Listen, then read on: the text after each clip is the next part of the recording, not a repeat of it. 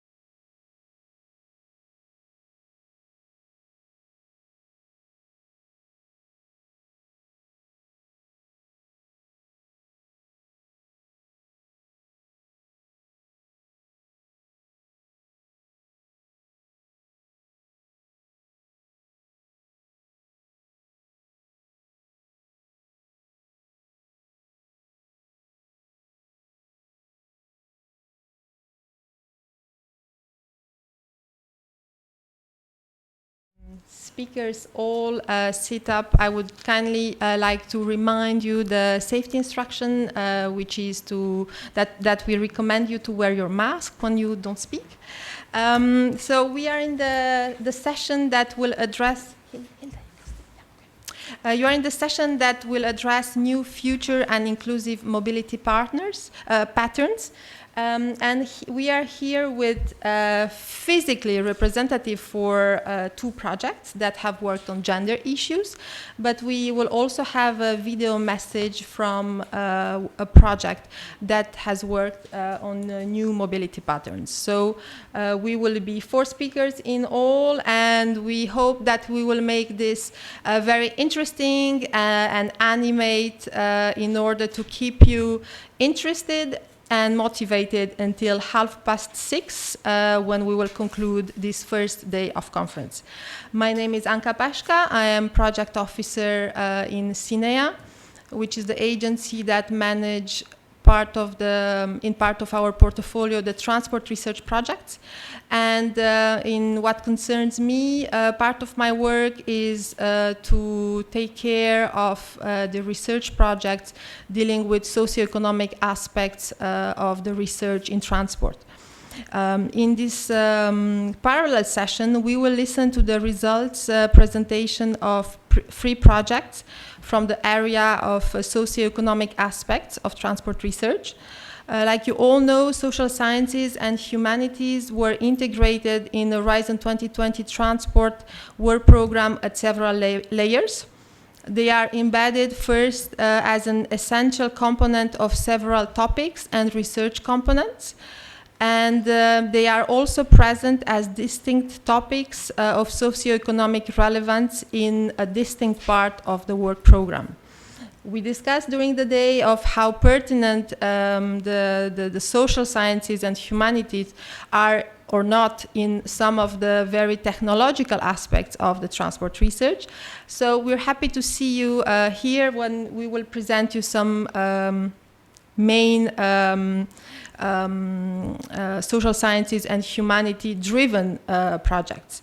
The 3 projects that we will hear about in this session are examining issues such as better women participation in the transport systems, be it as users or employees, and also the consideration of a future being shaped by changes in lifestyle, environmental and climate concerns, generating the emergence of new values in order to better understand the mobility of the future.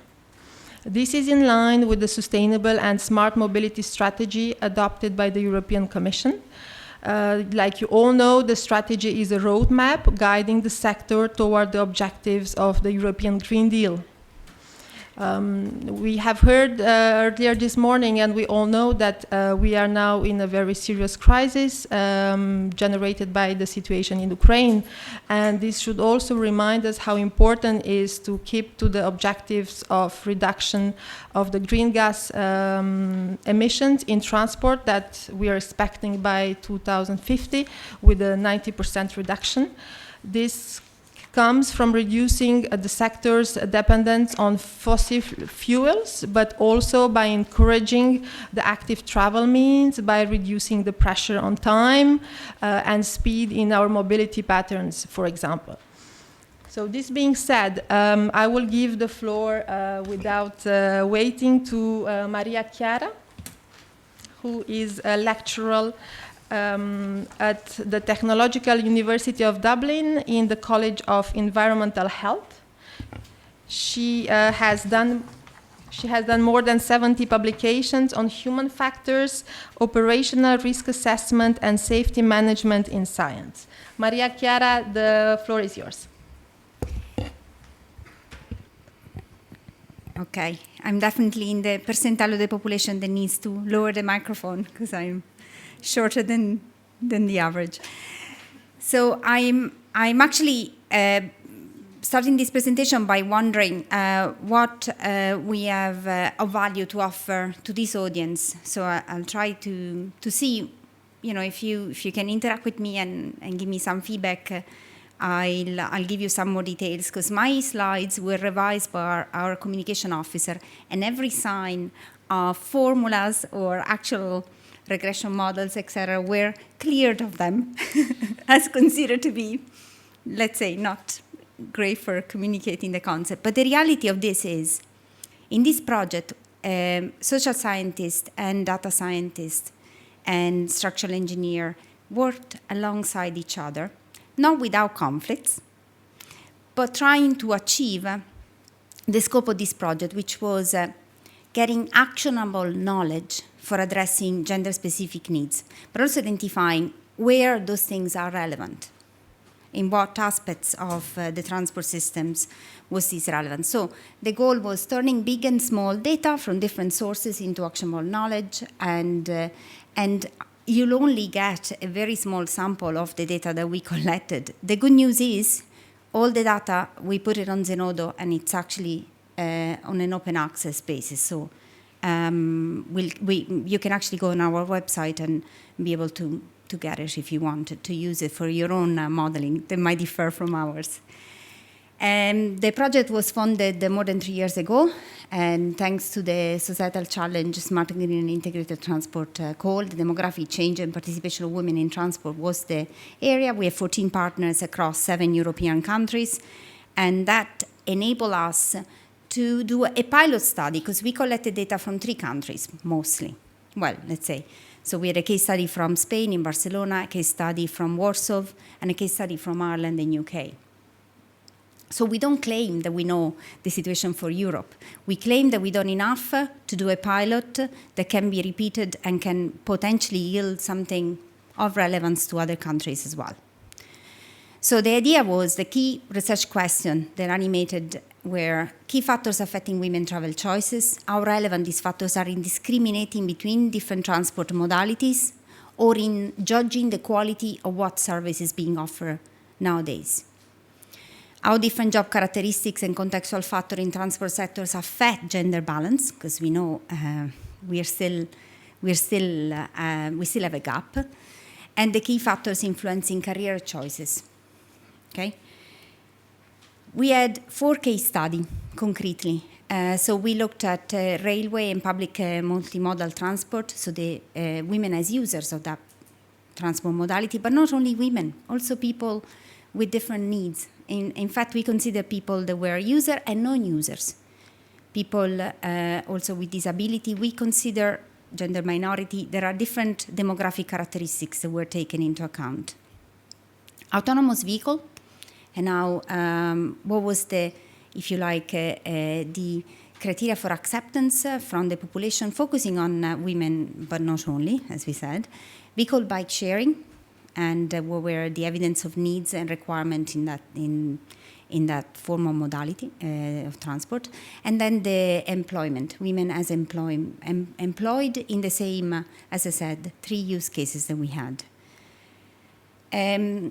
The data that we collected, it's actually, there is a variety of it. We started by collecting structured data around, for instance, when we started doing our survey, it was pre-COVID. So we actually collected the survey face-to-face at multiple locations in different stations and bus stops in those 3 cities.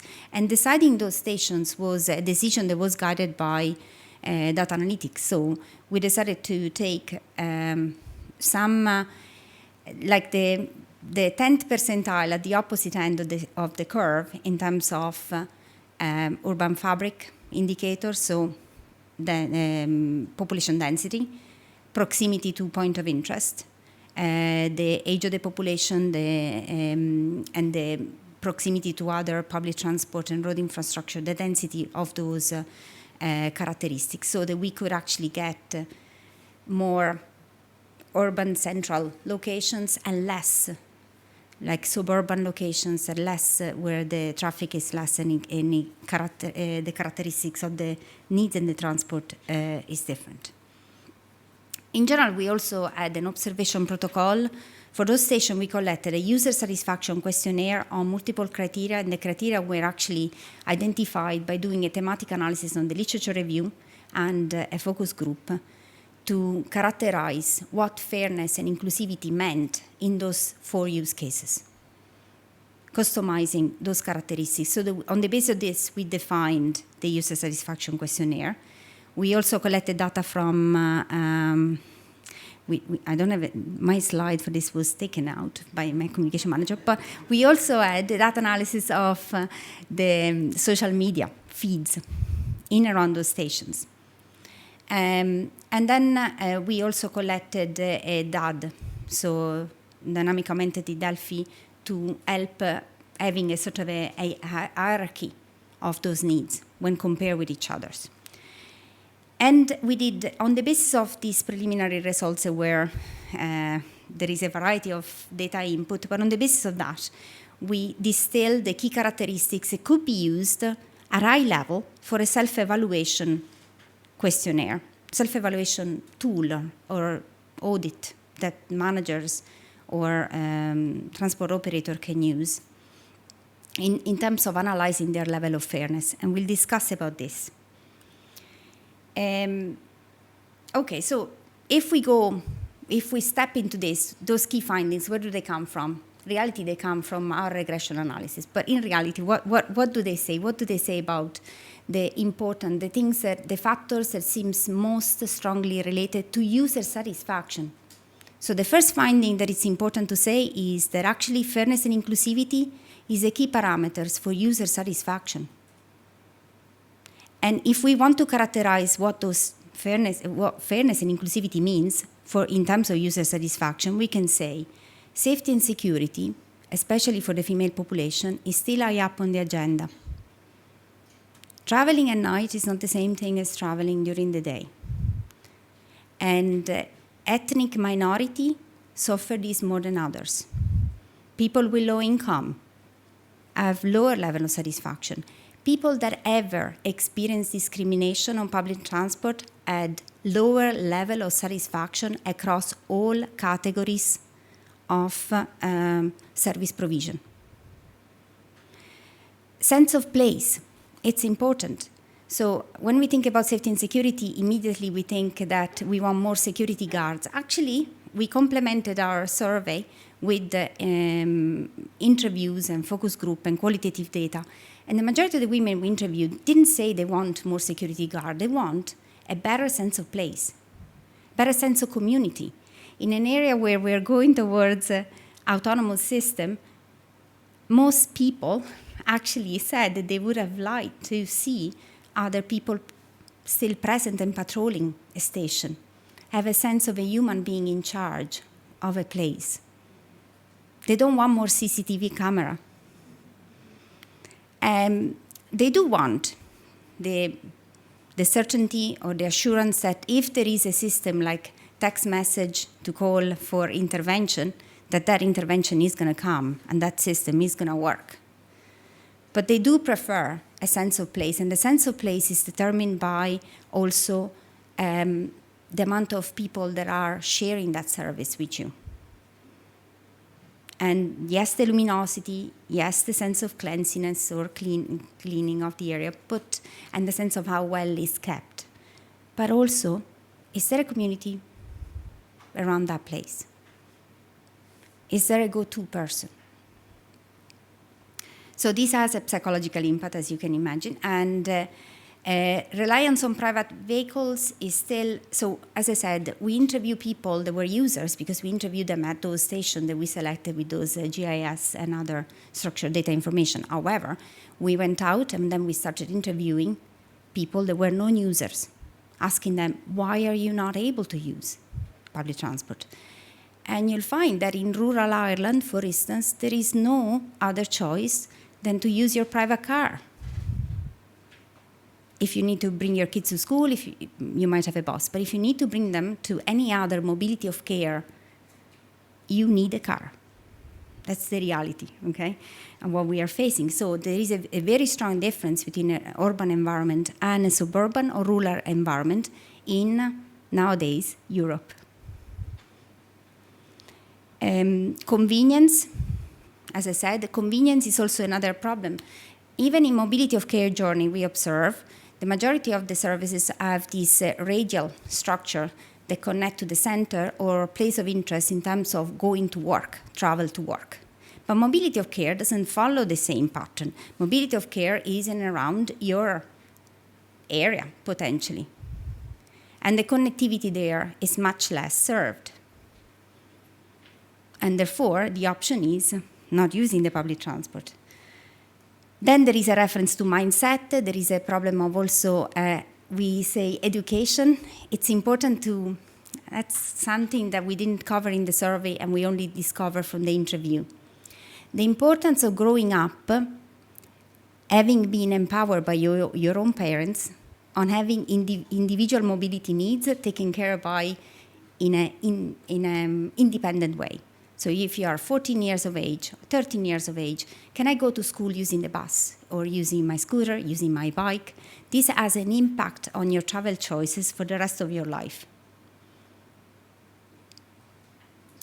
And design options, okay, there are other options, but I just wanted to distill with you the things that definitely strike me the most.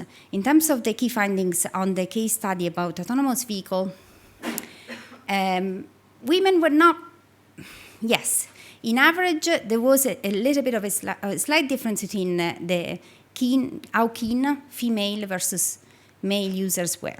We had a small sample because, unfortunately, when we started collecting this in the simulator, it was the middle of COVID, so our sample was limited. We only could collect and disinfect everything in between, and it was kind of challenging enough. However, what we found was that there was some certain things in common.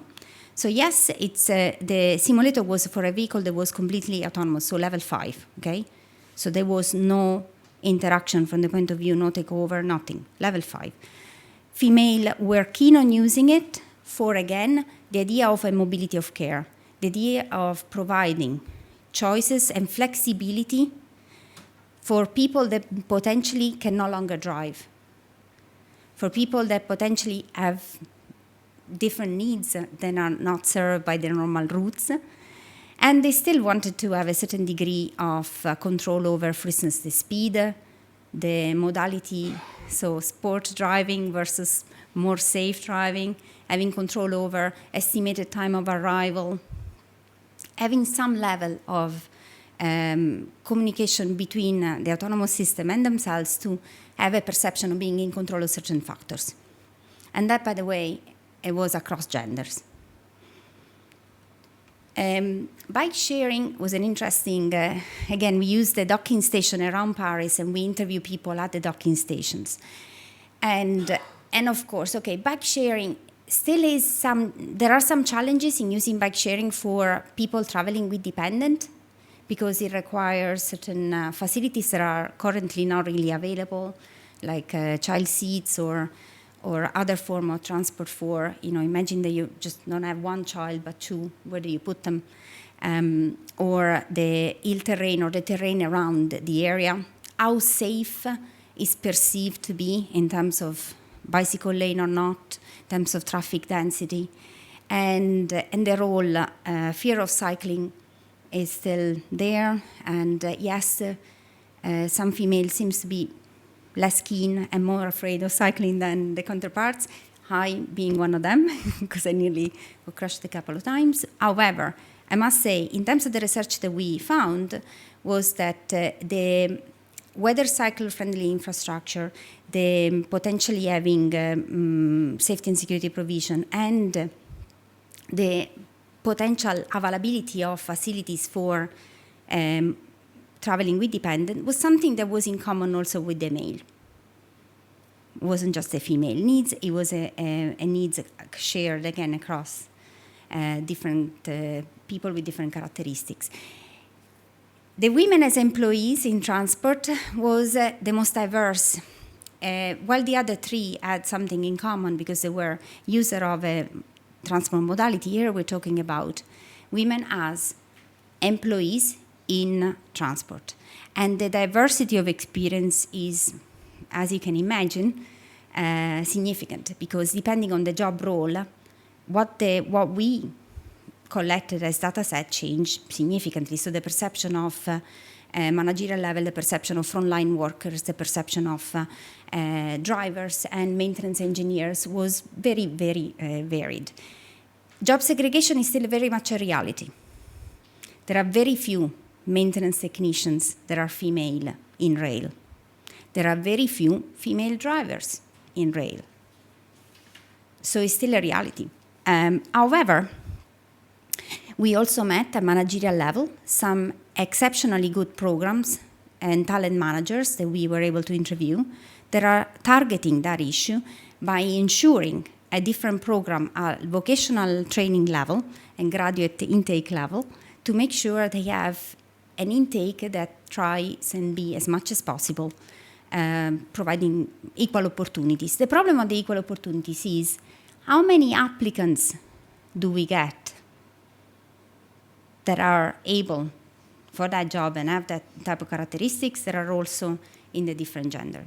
And the good news is that the majority of the female we interview, they don't want to be there to fulfill a quota. They don't want necessarily the quota to be a KPI that will be used for justifying the fact that they got the job or the position because they happen to be in the right, let's say, in the right categories, in the right demographic categories. That's not what they want. What they want is training, preparation, mentoring support, and good job role models that empower them to fulfill their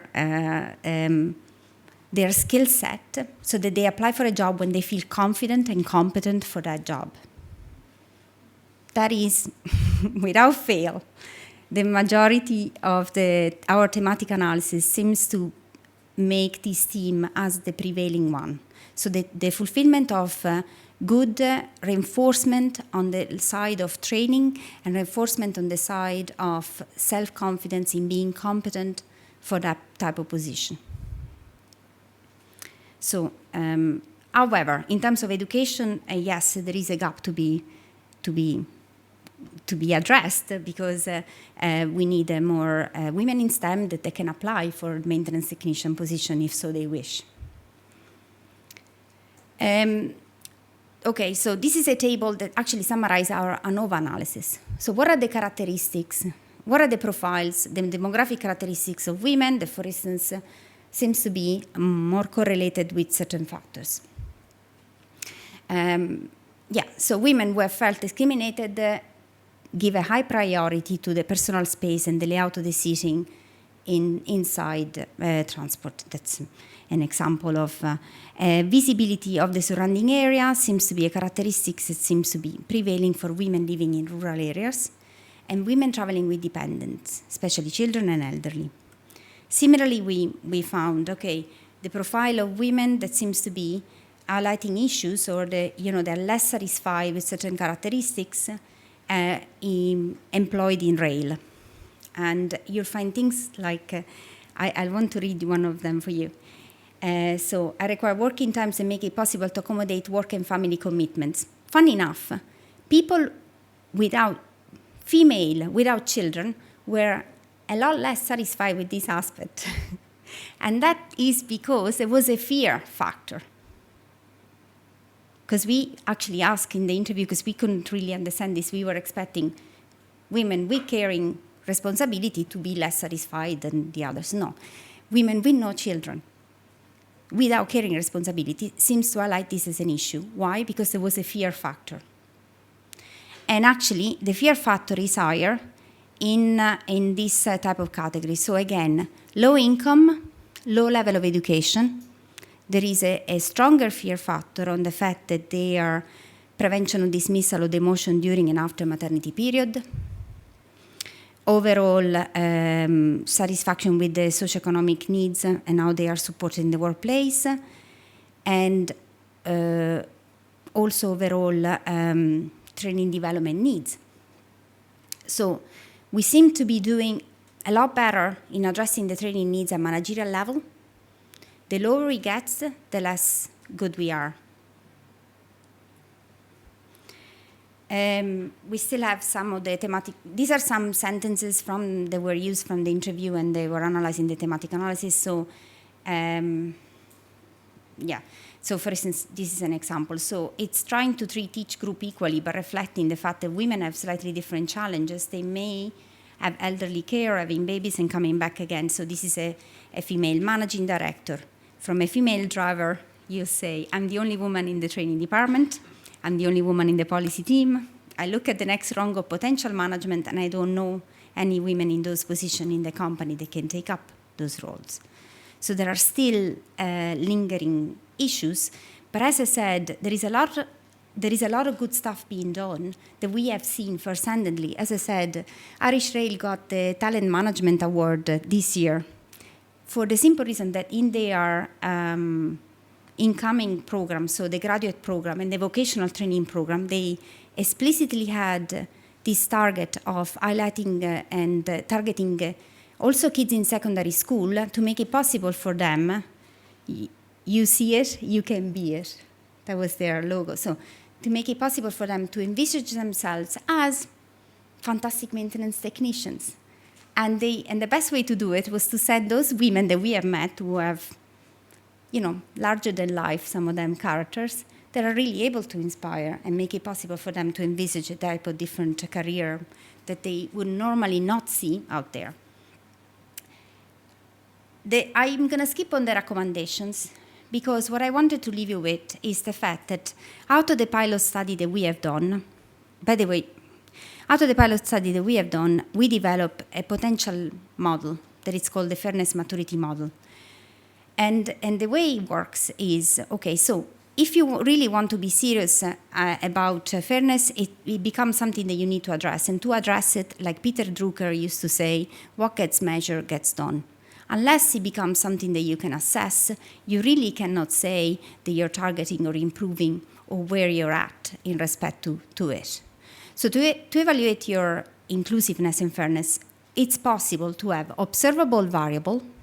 And we saw this because in Warsaw, the Transport Authority went out and did the audit of their own space in relation to accessibility, in relation to capacity to meet required needs, punctuality, ability to travel to points, and safety and security.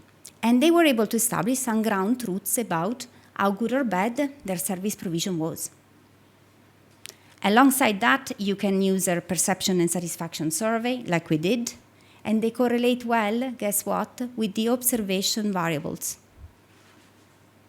and the structural data. And last but not least, we distilled the main characteristics to make it possible to have a self-audit, quick and dirty, if you like, but nevertheless effective at managerial level, to say, okay, if those are the distilled categories, how good are we? Even in a Likert scale fashion, to at least put it on the map. And because this is a successful model in other domains like safety culture and safety management or quality management, we think it can be customized and applied also in the context of fairness and inclusivity, and use as benchmarking across multiple organizations within the same sector, within the same type of mobility type. However, it's just simple enough that could be, and it's in relation to a percentage of criteria that are above a certain threshold. We developed this into a toolkit that has the 4 case studies that we have, so in terms of employability, metro railway system user, autonomous vehicle, and vehicle sharing services. And the assessment is exactly that type of simplified questionnaire that gives you an idea about how good you're doing. I'll leave you with just a website, and the fact that they deleted also that slide for me. My favorite slide in my presentation that was deleted by my is the Bayesian network. There is a Bayesian network underpinning our model of how satisfaction is influenced by different factors and different fairness characteristics. And that model can change if we collect more data. And we can learn. It's an AI, human-centric AI algorithm, because Bayesian networks is a graphical tool that can show you the dependence, how certain probability affect a variable which is the satisfaction of our users. So for me, it's something that we can work on and others can use and model themselves using our own data set and others to, if they're interested, to identify what really matters. That's it. Sorry for this.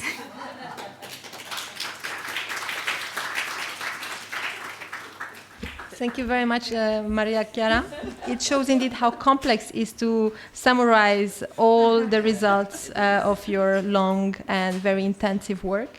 I will now give the floor without waiting to our next speaker, who is Professor Andre Woodcock from the Coventry University. Andre has been an active partner in many EU and national projects, yes. So you have probably had the occasion of hearing or seeing her in the past. And she's very engaged for a more inclusive engagement of end users in the design of a variety of transport and non-transport related services. Okay. Andre, the floor is yours. Right. Thank you very much for that introduction, and thank you everybody for allowing our project to present this afternoon. I'm doing a joint presentation. I was PI of TINNGO, and Hilda was the scientific lead on it, and we'll be trying to do an equal presentation on this. So I'm from Coventry University and Hilda is from Denmark. Right. I took this off the website advertising this particular conference. Look at it. It doesn't represent you, does it? So thank you for that. Who's missing? Come on, shout out. Who's missing from this? Women. People with... There are a couple, aren't there? I counted around 10% of women in the main thing. People with disability. People from ethnic minority groups. They're missing. What does this mean? This means that we're not using the whole talent pool of the EU. This means, as we saw this afternoon, that the technology that is being developed isn't being developed for a lot of people. And you can't just say 163 million, or however it was, doesn't count. Actually, they do count. And maybe if they were included in this group, they'd start counting now and their voices would be heard. What TINNGO is about is trying to redress this balance.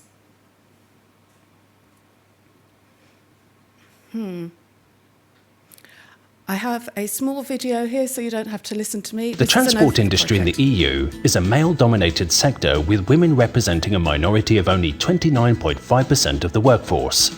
Apart from the gender barriers to access the transport labour market, women employed in the transport sector are faced with occupational segregation, harassment at work, or problematic work-life balance due to inflexible work organisation.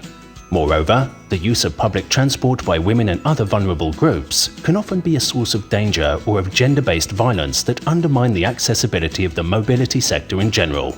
Technological and organisational innovations have highlighted the concept of smart mobility as the key response to the big environmental and societal challenges that the transport sector is facing. The TINNGO project approached the concept of smart mobility by highlighting the need to include equality and diversity in its development and revealed how inequalities in the transport sector are created. In this context, TINNGO developed tools for meeting gender-specific requirements of certain user groups and for supporting gender-balanced employment. A pan-European observatory for gender-smart transport innovation and an open innovation platform as the nexus for the collection and analysis of gender mobility data and statistics for the dissemination of gender mainstreaming tools and innovative practices. Recommendations and good practices of gender and diversity action plans in the transport sector. 10 regional hubs researching specific issues on gender and diversity smart mobility, developing concrete solutions together with stakeholders, testing them with users and disseminating the results. Okay, so that was a quick overview of the project, faster than I could have done it. We're funded under the same scheme as the Diamond Project, so we're sister projects. We had a 36-month project from December 2018 to last November, and here you can see my project team in one of the few occasions that we actually met. Yeah, we're all happy there, weren't we? And much thinner probably by then. So in terms of who we were, you can see that we spread from the United Kingdom over to the Baltic states, from Sweden and Denmark down to Italy. We were comprised of SMEs, local authorities, universities, and transport organisations as well.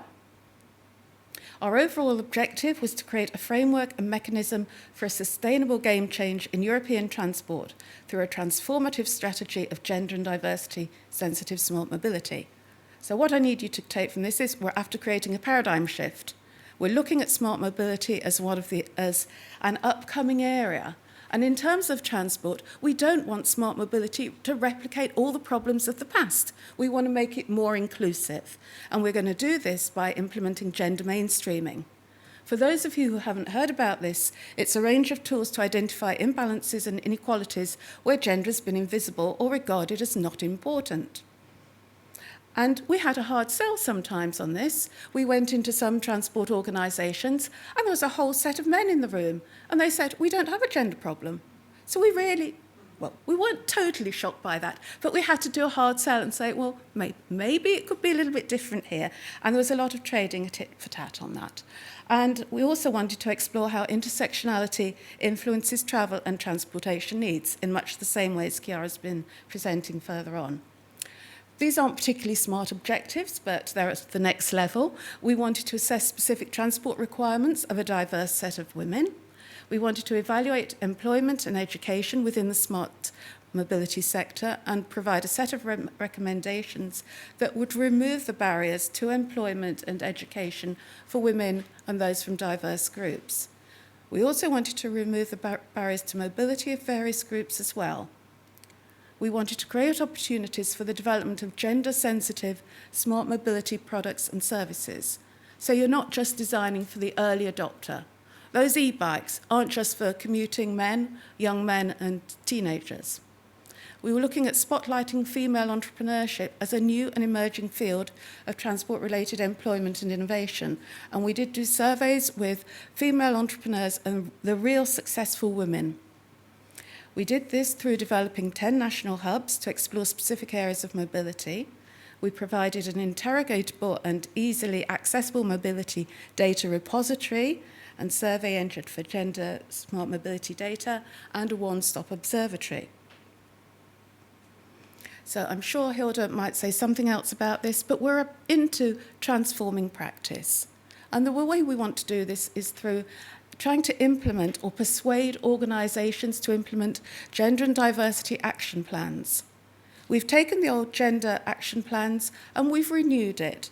We're looking now at wider issues of diversity and intersectionality.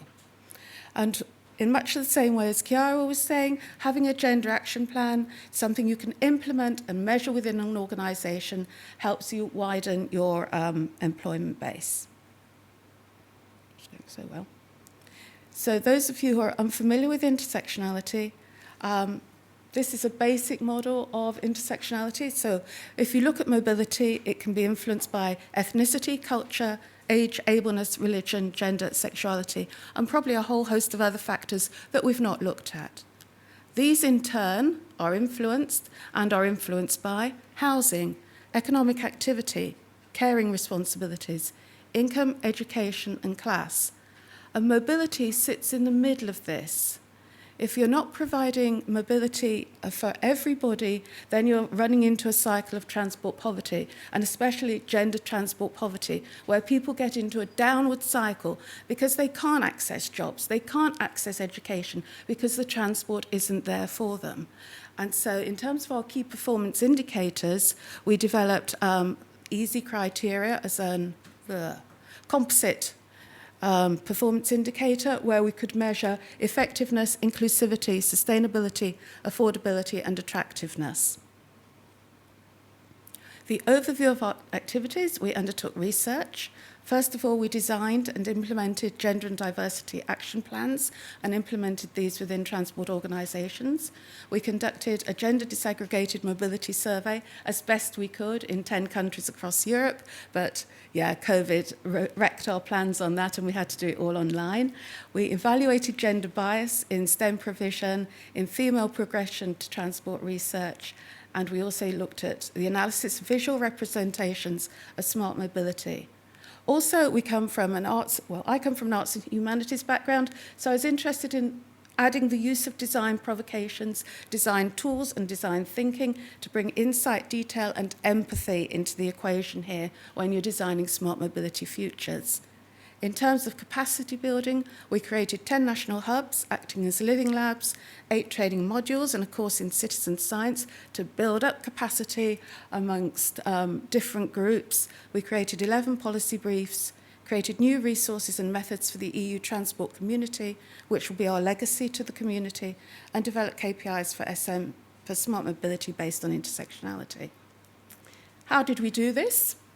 We did this through an observatory and 10 national hubs in Romania, Baltic States, France, Sweden, and Denmark, Germany, UK, Portugal, Spain, Italy, Greece.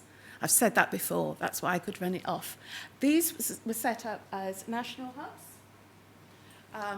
They were research centres, but we also wanted them to act as living labs, so they could become beacons of engagement, activity, and know-how. And they fed the tools that we developed as a project through to the local business transport ecosystem.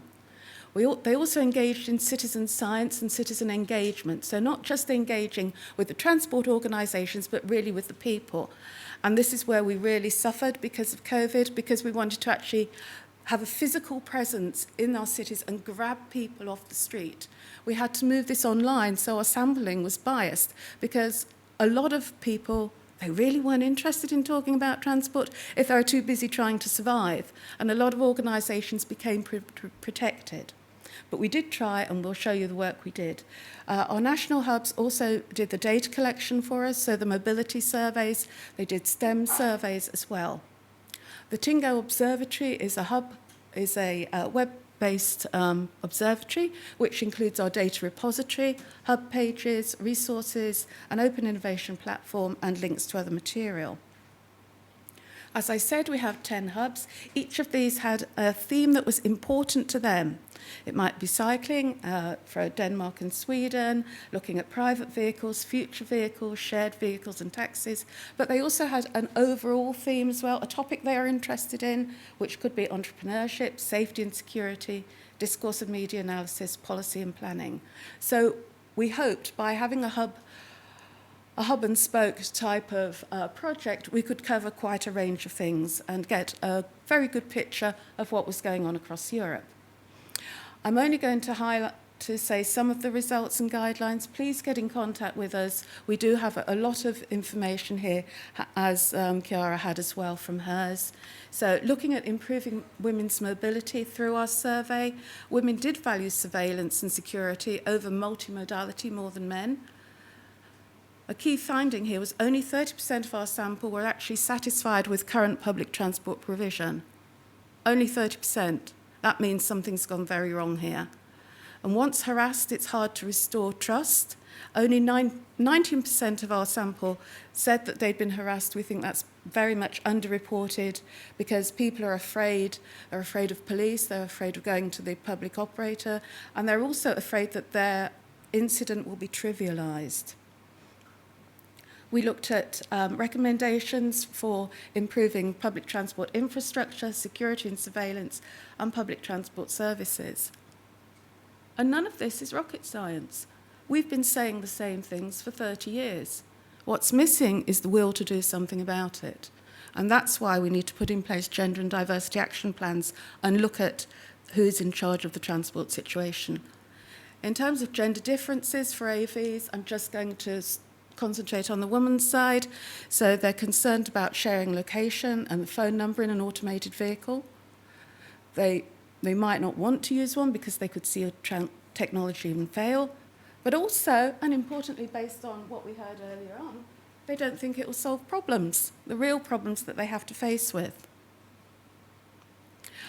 We looked at visual representation, so we scraped images off the internet and other sources. As we know, images are pervasive and they're persuasive, and they're selling us something. So you need to look at who creates those, and why are they creating them, and it's one reason could be to maintain the status quo. And all of the images that we looked at, or most of them, portrayed a benign mobility system that all users can access seamlessly and on demand. They're selling the technology dream. They promote cars as isolated devices in certain and specific contexts. Cars appear more individual, they can be personalized, they're technology aware, they can do this, they can do that, they're bigger and space consuming, and they're sitting in idealized cities and landscapes. But who's being omitted from these utopian scripts?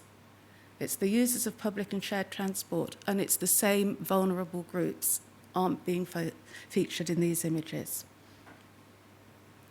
We looked at barriers to employment in the transport sector, and we're seeing the same things time and time again. And, you know, we're in 2022, and look at it. We're getting misogynistic attitudes, we're getting sceptical and depreciative attitudes, we're getting gender discrimination in hiring, gender pay gaps, internal bureaucracies that make it hard to get leave, and a prevailing male working environment, which is intimidating. And women also had the dual burden of having to go to work and most often do most of the housework as well. And it's maintaining that life balance that's a problem for them. Quickly looking up to barriers in research and development, we're all really privileged here, the women. We've all worked really hard to get where we are because we found 36 barriers that women face if they're to be successful in a research and development background. Most of this comes from the research and development doesn't operate in a background. In a vacuum even. It sits within a higher educational institute and it adopts some of those principles as well. So again, we've got many of the things that we saw in wider employment, harassment, misogyny, depreciating women's values, looking at male-based clubs as well. There's very much a Matilda effect where women's research is not regarded as highly as men. We don't have powerful networks. Our career footprints are reduced. So from all that, we developed a set of recommendations and guidelines, and they can be used along with the gender and diversity action plans to create a gender-smart transport system, workplace, HEI sector and research environment as well. It's the same sort of gender and diversity action plan that would work for all these. Moving quickly on to capacity building, dissemination, communication, we developed the TINNGO Observatory as a one-stop shop where all our efforts are online and freely available to everybody. The surveys and the results, our publications, training models. Well, I wonder what a training model is. It's a training module and citizen science course and links to key resources. Additionally, our observatory provided a place for, all the national hubs to actually say something about what they were doing as well. We had sufficient visits by the time the project ended. We've developed an incident reporting tool, which is online, where women can say what harassment problems they've had. And we've provided an open data repository for the collection of sex-desegregated data. We're going to leave this up. Everyone is open to add to this, but it's only going to be on there as long as people are willing to share data. And we have a real problem across the community that people aren't willing to share their data. We developed an open innovation platform where we looked at design. So this was a collaborative space where the hubs could provide us with design ideas. A design team at Coventry created conceptual design provocations to facilitate further discussion and build up empathy about what people's lives were really like, what were the difficulties they had. The design solution might be wrong, but it's a way of opening up discussion, and we had over 50 design concepts. I now turn over to Hilda, who will say something about this. And Hilda will be looking at dissemination, communication, and moving on to impact. Thank you so much. I just wondered what is left to say here, because I think Andrea has done a great work here. So, and I know that time is also, we are running late here. So in a way, I would like to concentrate on the TINNGO Charter here, which I have disseminated some copies of. Because the problem is when you I won't go through all the results again. You have heard a lot about it. I could have I could have elaborated on how is it to be a gender researcher together with people who never thought about gender as anything but their wives, etc., etc. But in order to keep things alive, we at the end of the project set up this charter because, of course, we looked around and what can you do in order to keep yourself and your results and ideas alive. And as you can see here, the idea is that to maintain a focus on the gaps, on the structural inequalities and insufficient planning and services in European transport and mobility. And it's also to maintain these core ideas which was presented by Andrea about the gender and diversity action plans, which is an innovation. I'm really humble here. It's an innovation in the European landscape to have these plans implemented, not only in transport, but all over the place. And then I think our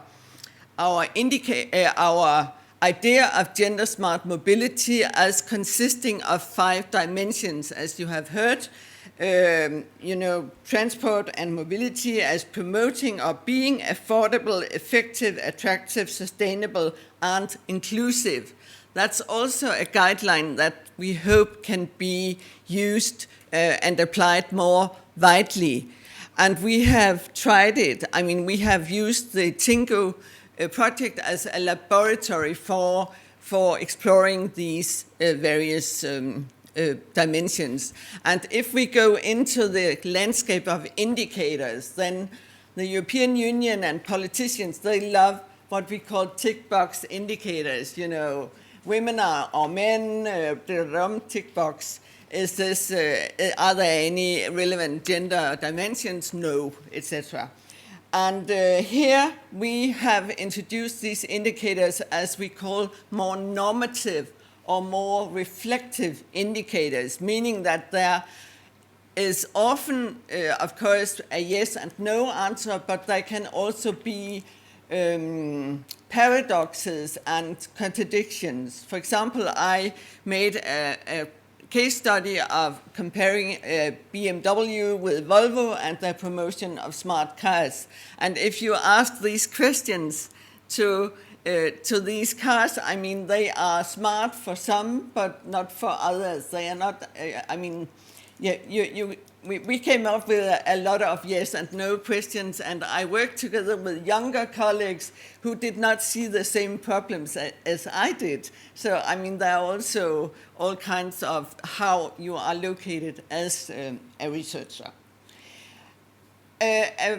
A final thing in the TINNGO project was also to bring these, all these ideas and results and findings in closer, what I call proximity to politicians. Andrea never liked this word, proximity to politicians. And how do you do that?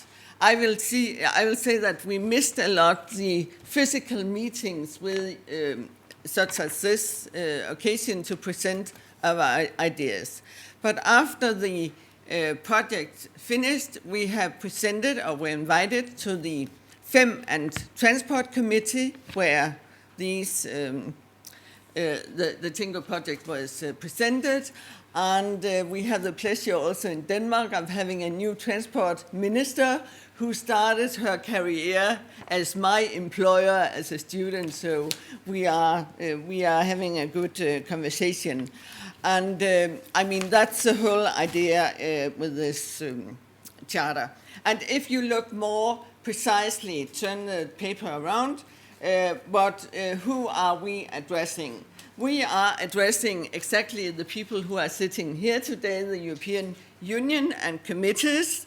We would like you to set up annual or biannual conferences and seminars, and also to use and apply this idea of gender smart mobility to explore its potentials, and also to introduce GaDAP plans in your organization.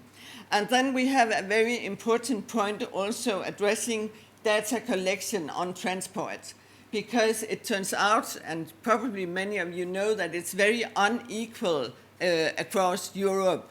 Denmark, Sweden, and a couple of other countries have very detailed statistics, etc., but many European Union members do not have it. So we will encourage the Eurostat to collect these gender-sensitive numbers and figures, because without numbers, I don't think we can make change happen.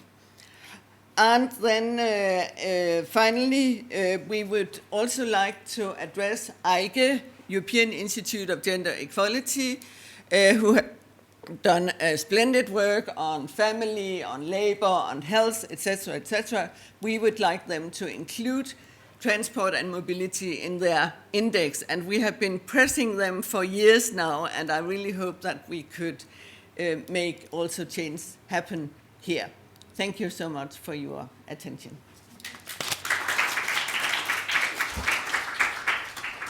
Thank you very much to the three speakers for sharing your results, but also your passion and the new concepts you have studied during these two projects.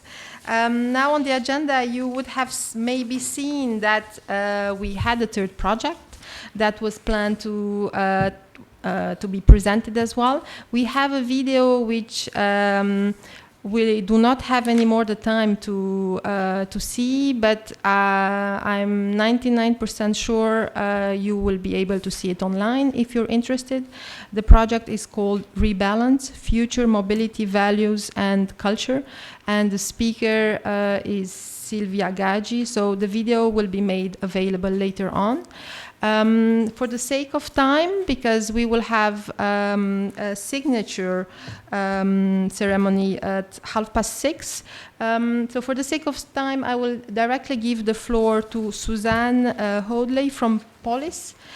She will take the questions from the room, if there are some.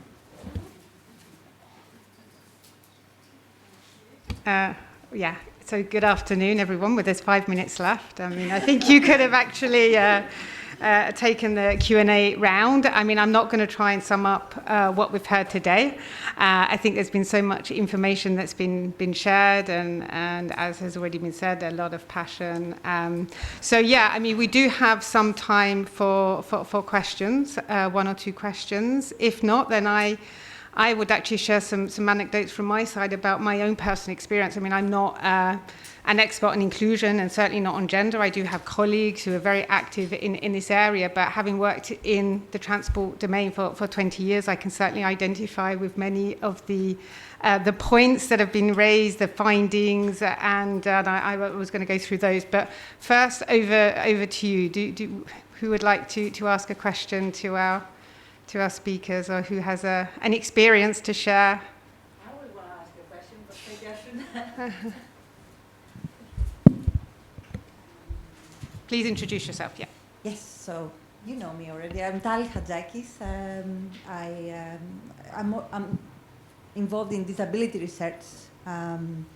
Obviously, I love the idea that we are addressing gender issues, and we have been addressing gender issues as well, like doing a gendered analysis within disability.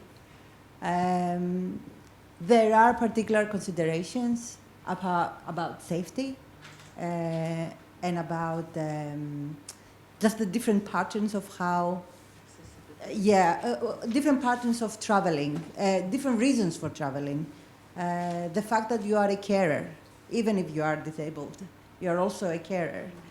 So you always have somebody dependent on you, and it's not catered very well. So I'm very glad to see. I didn't have a question as such, but I had a couple of suggestions based on what you said. One, what doesn't measure doesn't get done. So we also have an index on accessibility.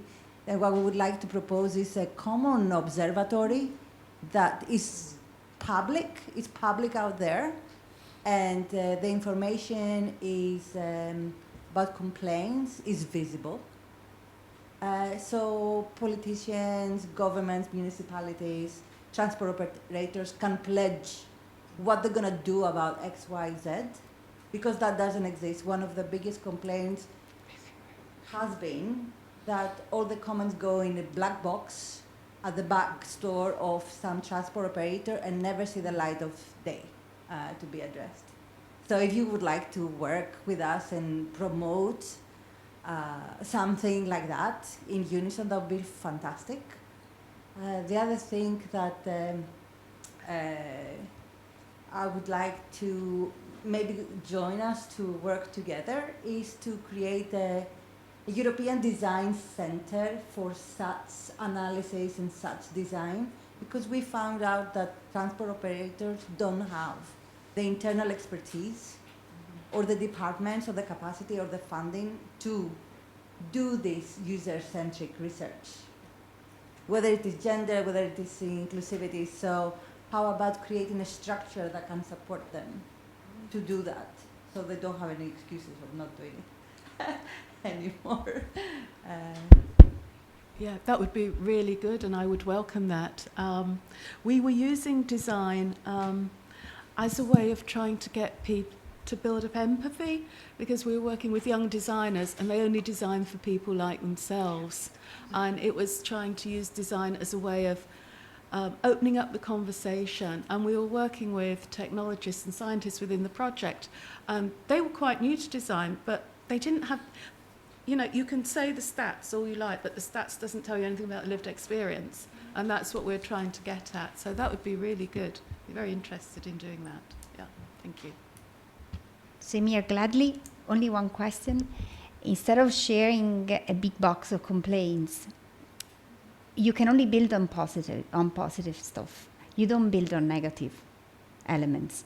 So the best thing that we can do and we have to offer is building on the positive experience. There are so many.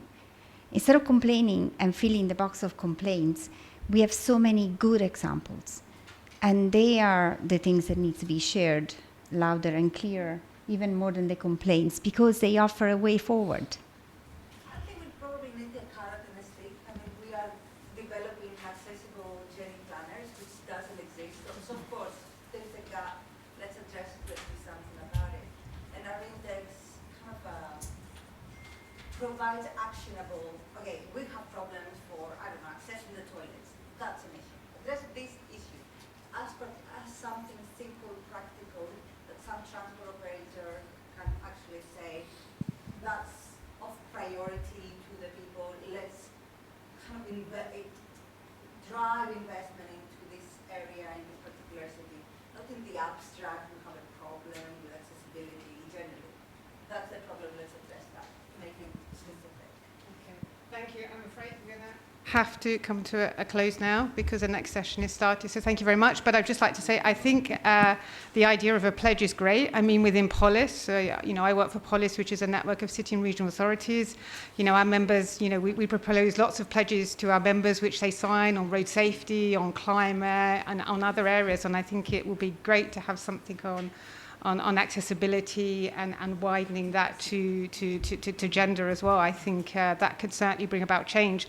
And if we, you know, I was involved in an accessibility project in public transport already 15 years ago, and it was very, very, very insightful. And I think there has been progress has been made, but it is painfully slow. But you know, so I think the pledge is great, and gender mainstreaming, I think, it's great. You know, these gender action plans. So lots of food for thought and actions as well. So thank you very much for joining us, and thank you to our speakers. Please join me in thanking them.